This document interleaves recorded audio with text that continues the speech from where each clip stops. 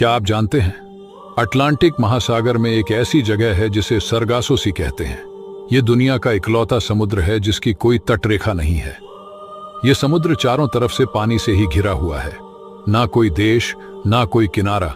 और हैरानी की बात यह है कि यहाँ पानी एकदम शांत रहता है। इसलिए पुराने जमाने में नाविकों की नावें यहाँ फंस जाती थीं और महीनों तक हिल भी नहीं पाती थीं। कुछ लोग तो इसे समुद्र का भूतिया इलाका भी कहते हैं। क्या आप इसके बारे में पहले से जानते थे?